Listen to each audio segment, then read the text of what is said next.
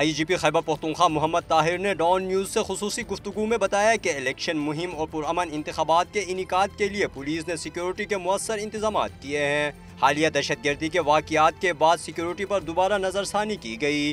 Search and strike operations जो हैं, जो कि तमाम एजेंसीज़ और इंटेलिजेंस एजेंसीज़ इकट्ठे करते हैं, और ख़ास तौर पे उसमें हम ध्यान करते हैं कि वो उन एरियाज़ को फोकस किया जाए जहाँ पर थ्रेट अलर्ट्स जो है ना जिनका जिक्र है।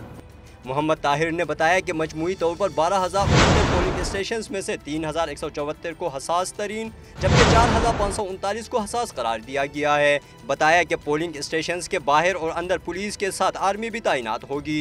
हमारे 3,174 पोलिंग स्टेशन है जिनको हमने मोस्ट सेंसिटिव करार दिया है। आर्मी की डिप्लॉयमेंट पोलिंग स्टेशंस के अंदर भी होगी और बाहर भी होगी। पुलिस की यकीनन बाहर होगी। IGP का कहना था कि इंतखाबी मुहिम के दौरान सिक्योरिटी को बेहतर बनाने के लिए उम्मीदवारों को जलसे और कॉर्नर मीटिंग से 48 घंटे पहले पुलिस को आगाह करने का पाबंद बनाया गया है। थ्रेट असेसमेंट जो हैं सर्टन एरियाज़ के बारे में ज़्यादा स्पेसिफिक हैं, सर्टन पर्सनैलिटीज़ के बारे में बड़े स्पेसिफिक हैं, तो उसको जहाँ जहाँ उनकी अपीयरेंस या जहाँ वो एक्टिविटी कोई कॉर्नर मीटिंग या कोई वैसे है गैदरिंग उन एरियाज़ में या उन पर्सनैलिटीज़ का वहाँ आना है, तो उसमें हम बहुत ज़्यादा एक्स्ट्रा केयर कर रहे हैं।